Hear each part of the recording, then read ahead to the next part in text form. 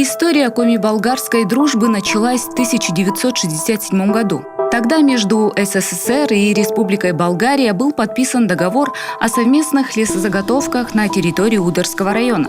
Советский Союз предоставлял иностранцам лесные территории под вырубку, а болгары обязались оставить после себя в пользовании СССР возведенные поселки и дороги. За 27 лет сотрудничества в Коми побывало, по разным оценкам, около 100 тысяч болгар. Построено 4 поселка и около 7 тысяч километров дорог. В начале 90-х договор между Советским Союзом и Болгарией был расторгнут.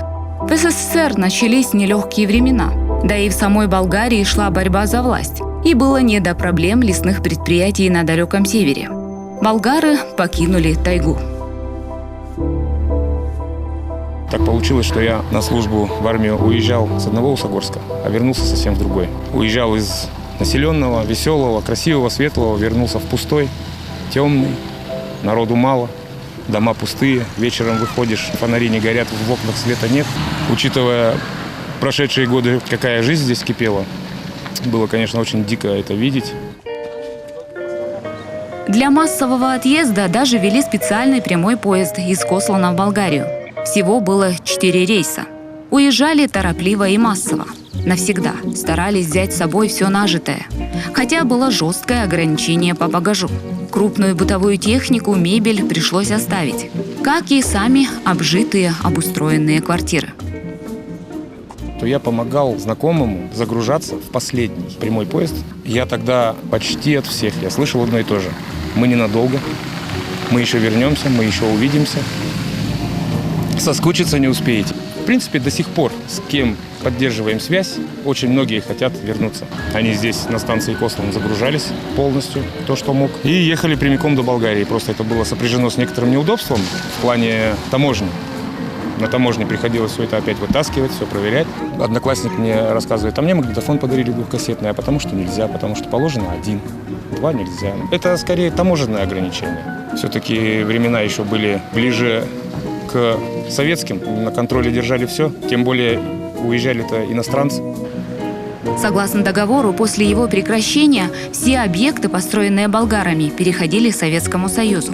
После болгар остались полупустые дома. В любую из квартир можно было зайти и жить.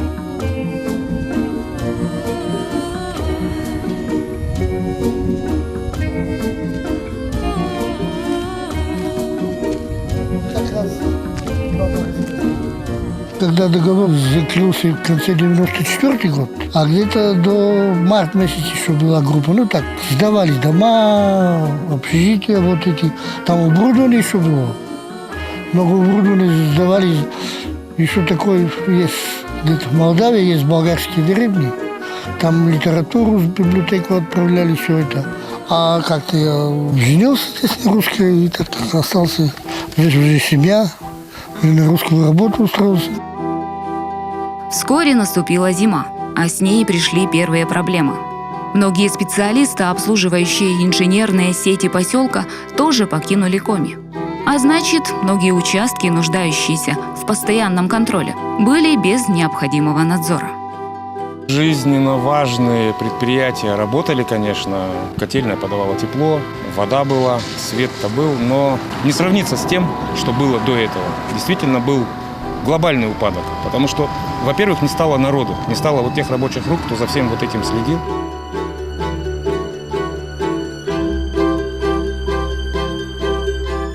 Первый босс был еще Гуджик, потому что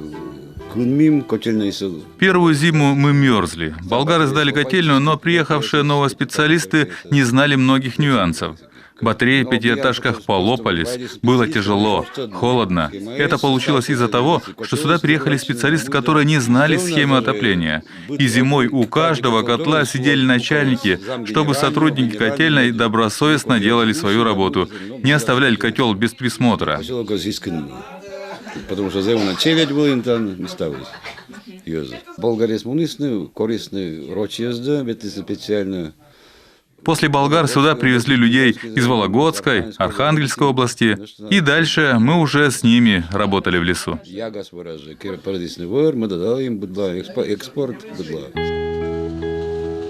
После ухода болгар лес заготавливать не перестали. Вскоре в Усогорск приехали новые жители из соседних регионов. Их заселяли в пустых квартирах, оставленных болгарами. Поселок опять ожил. Но не у всех болгарских поселков такая, можно сказать, счастливая судьба. В 100 километрах от Усогорска стоит поселок Верхнемизенск. Дорога до поселка построена из бетонных плит. И так все 100 километров. Удивительно, ее сделали уже более 30 лет назад и особо никогда не ремонтировали. Но она сохранилась в неплохом состоянии. Местами, особенно где сыро, плиты ушли под землю, а местами она ровная, как взлетная полоса. Есть мнение, что это как раз одно из назначений дороги в тайге, в случае чего она должна была стать взлетно-посадочной полосой. Но первое и основное предназначение дороги – вывоз древесины. К ней ведут множество лесных дорог, так называемых усов, лежневок. Сейчас трасса пустая. По ней ездят разве только редкие машины охотников и лесовозы. И сегодня вдоль дороги можно увидеть места свежих вырубок. Правда, заготавливают древесину уже не так массово, а в далеких 80-х здесь кипела жизнь. Это первая остановка, от которой наши водители отдыхали здесь. Здесь была чайная с правой стороны, там чай, кофе, печенье, телевизор еще было, это смотрели, отдыхали. По этой трассе за сутки 120 лесовозов. Из каждой развилки уже лесовозы выходили. Не только в одно направление. Здесь много направлений, разные бригады работали. Еще 92-го километра тоже там была чайная, там побольше. Там еще стоял диспетчерский пункт с радиостанцией. Вдруг что-то случится, вызывает это мастерские. На трассе было 2 остановки, так называемые чайные, на 44-м и 92-м километре. Здесь водители лесовозов делали перекур, отдыхали. И дальше ехали с груженными машинами в Усогорск на склад.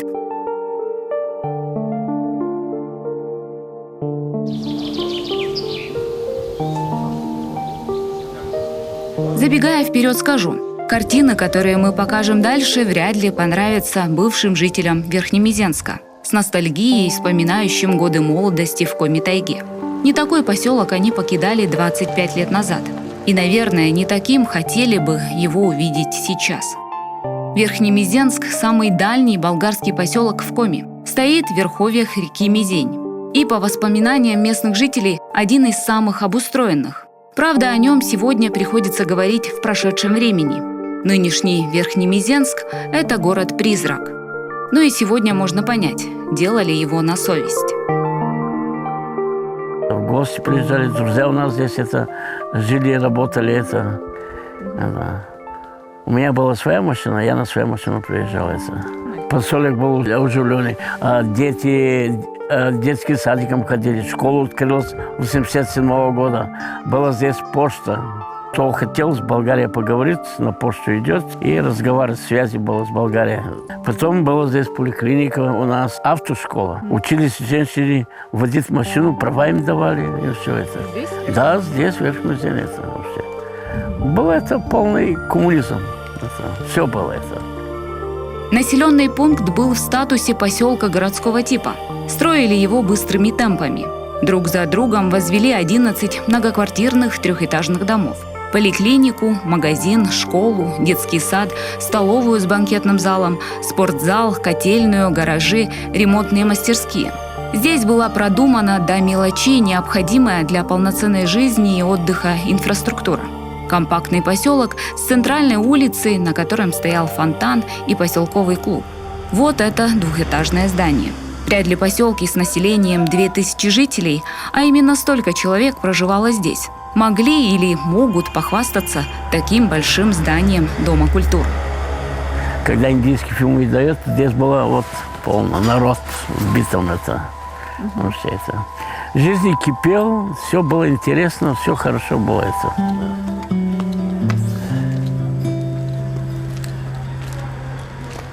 Наша экскурсия по Верхнемизенску начинается именно с осмотра Дома культуры. Сегодня он имеет удручающий вид. Лестницы без перил, окна без стекол, обвалившаяся штукатурка, фрагменты афиш и журналов. На 2-м этаже Дома культуры располагалась библиотека. Правда, от нее сейчас осталась только Куча золы, но некоторые книги все же уцелели. Вот, например, мне удалось найти детскую книжку «Пет. Приказки. 5 сказок». Кому помешала библиотека, непонятно. По словам наших гидов, еще недавно книги были в целости и сохранности. Видимо, поджог устроили незадолго до нашего приезда, и ветер еще не успел развеять пепел. Герцен, было и думаю. Минало и... И размысел. Минул. Минул и размысл. Да. Прошлое. Былое и думать. Да, было и да, думать Герцен. это, да.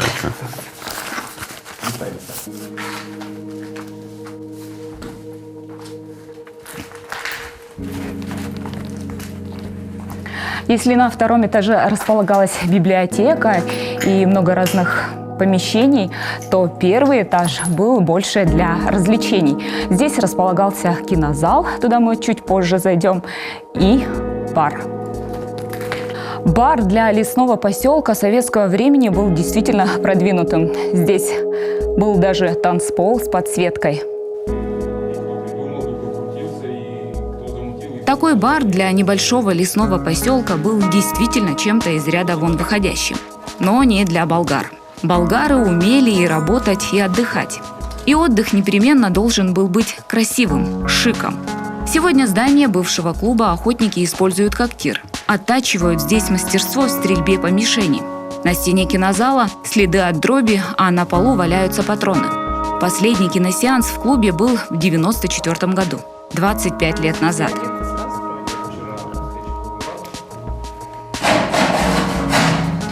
Хотя в зале в основном сидели болгарские зрители, фильмы шли на русском языке. Это можно увидеть хотя бы по афишам, которые здесь раскиданы везде.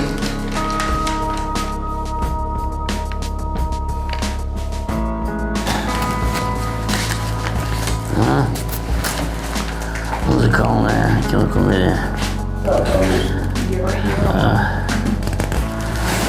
Зараз.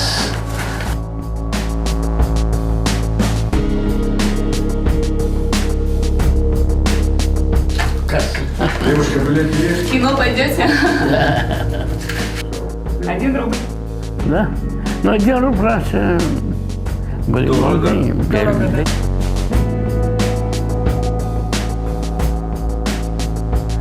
Это, не, 94 не было здесь никто. Не было уже никого. Не, это.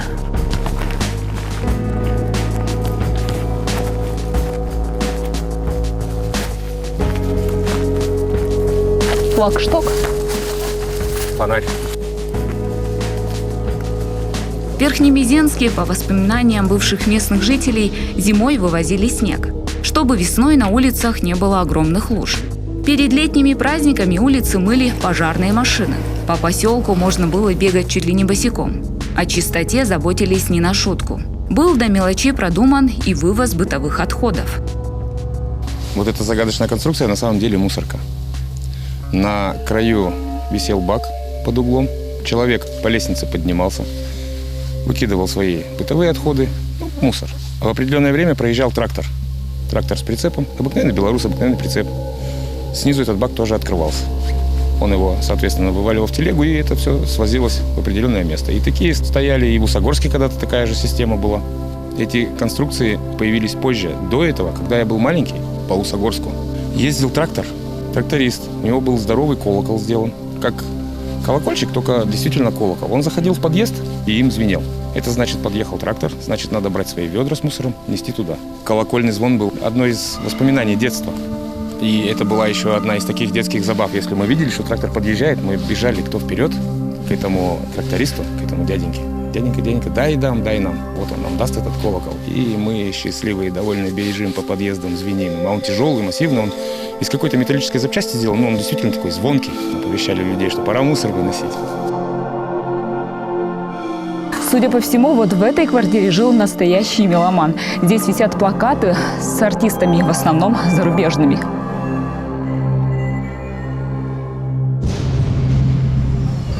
Лес медленно, но верно поглощает цивилизацию. За четверть века городок сильно зарос. Молодняк захватил не только дворы, но и тротуары, и дороги, и даже строения. Природа берет свое.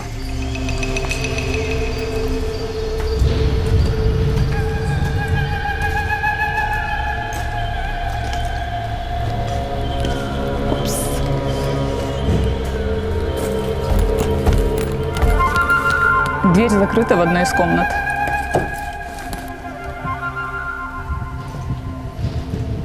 Это уже частный квартира. 33. Квартиры. Номер квартиры. Сейчас, конечно, себе трудно представить, но лет 20 назад еще здесь жили люди. Это были новые, благоустроенные квартиры.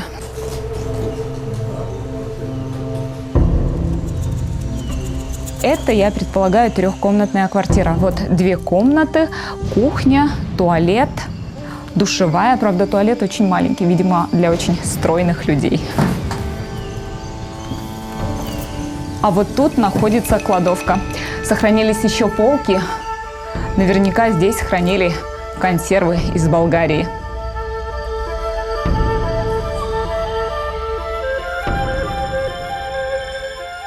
Все, что можно было открутить, спилить, отодрать, все, что могло пригодиться в хозяйстве и имело хоть какую-то ценность, отсюда вывезли.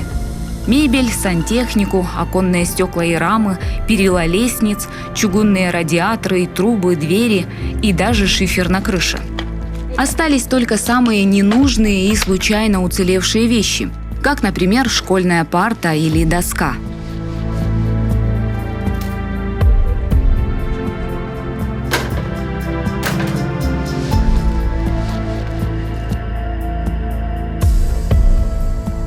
Ну, в начальной школе, да, я тоже сидела за такой партой. Как двоечники будем писать на парте.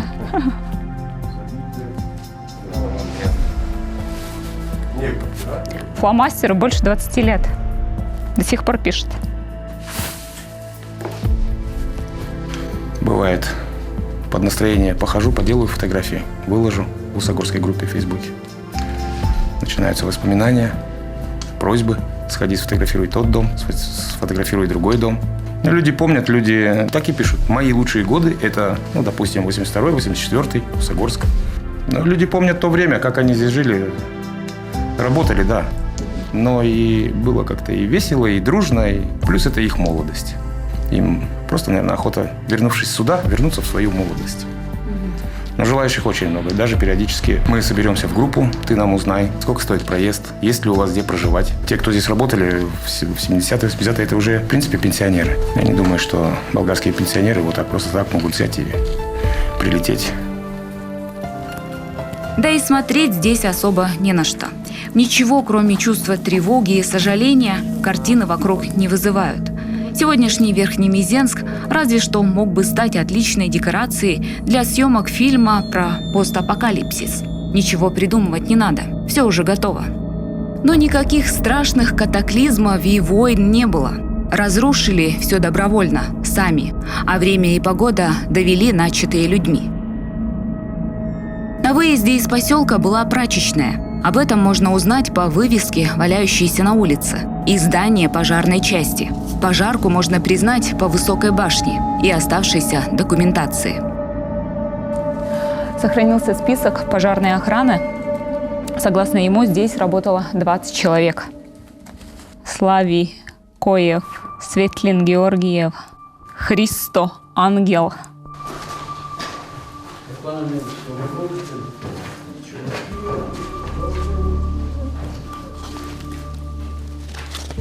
Здесь были 2 машины, депо, пожарная охрана. 2 машины были.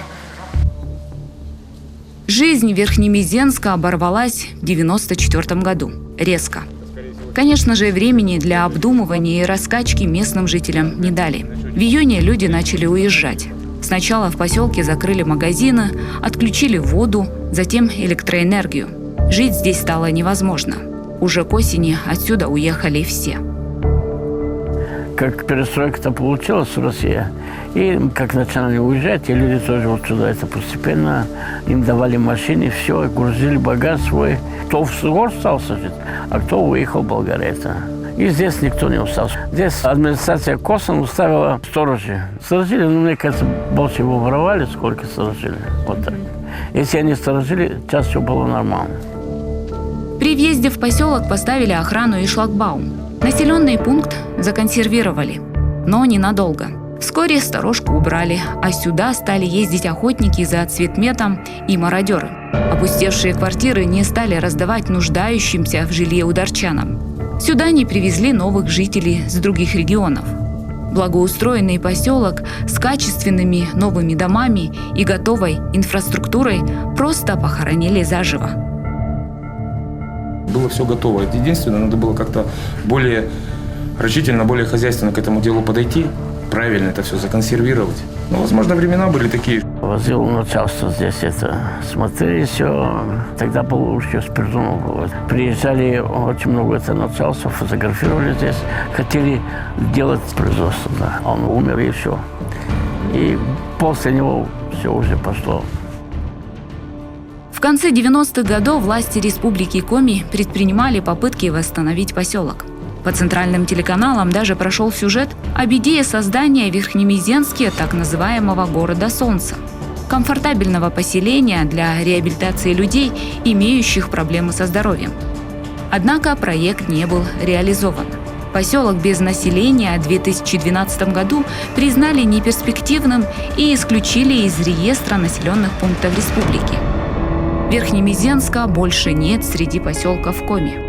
Остались только кирпичные дома и асфальтовые дороги посреди тайги, как напоминание о том, что ничто не вечно. Мы остановимся у родника, а сходим на... я его тоже называю водопад. Болгары умели работать, красиво жить и красиво отдыхать. Даже здесь, на холодном севере, они находили, как получать яркие эмоции. Недалеко от поселка живописное место. Дорога к нему идет через сосновый бор. Среди болгар ходила такая, скажем так, байка, что с момента начала вывоза продукции в Болгарию туда попутно завезли короеда и вплоть до комаров.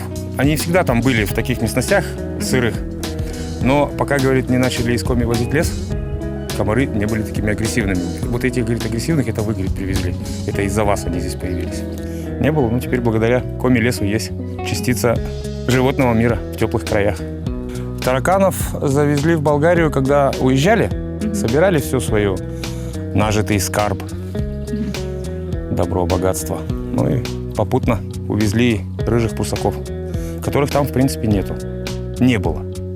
Теперь, наверное, есть и такая популяция. Излюбленное место отдыха и, судя по надписям, свиданий. Пешо, Лиза. Пешо – это Петр по-болгарски. Видимо, Петр признавался Лизе в любви. Отроги Тиманского кряжа, выступающие скалы и подземные ключи.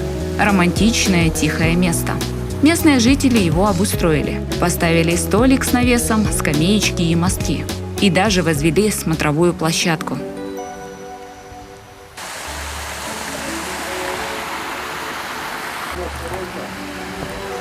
Да нет, тут довольно-таки крепко еще, да. Ого. Отсюда страшновато. Место тоже пришло в запустение.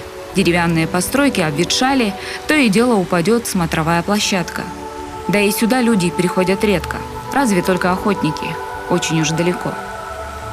По болгарской традиции наш гид Иван бросает монету в воду. Он сюда еще вернется.